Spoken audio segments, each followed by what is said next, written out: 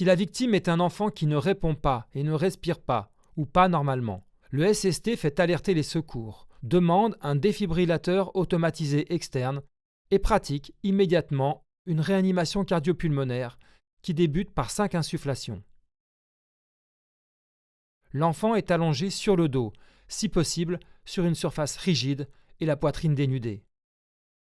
Les insufflations sont réalisées de la même manière que pour un adulte. Le SST poursuit par 15 compressions thoraciques.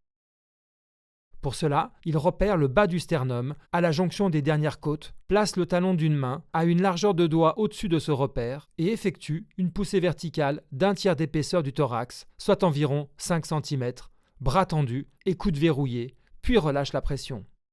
Les doigts du SST sont relevés pour ne pas appuyer sur les côtes. Il laisse le thorax reprendre sa forme initiale entre chaque compression sans décoller la main.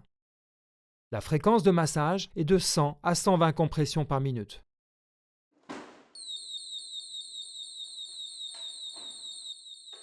Le SST poursuit la RCP en associant les compressions thoraciques aux insufflations, selon un cycle comprenant 15 compressions et 2 insufflations, jusqu'à la mise en œuvre du défibrillateur.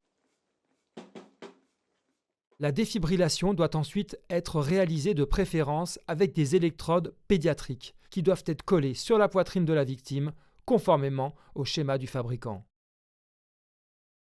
En l'absence de ces dernières, les électrodes adultes sont positionnées au milieu du thorax pour l'une et au milieu du dos pour l'autre. Le SST suit alors les indications de l'appareil et poursuit la réanimation jusqu'à l'arrivée des secours ou la reprise d'une respiration normale. Le DAE doit rester allumé et en place jusqu'à l'arrivée des secours.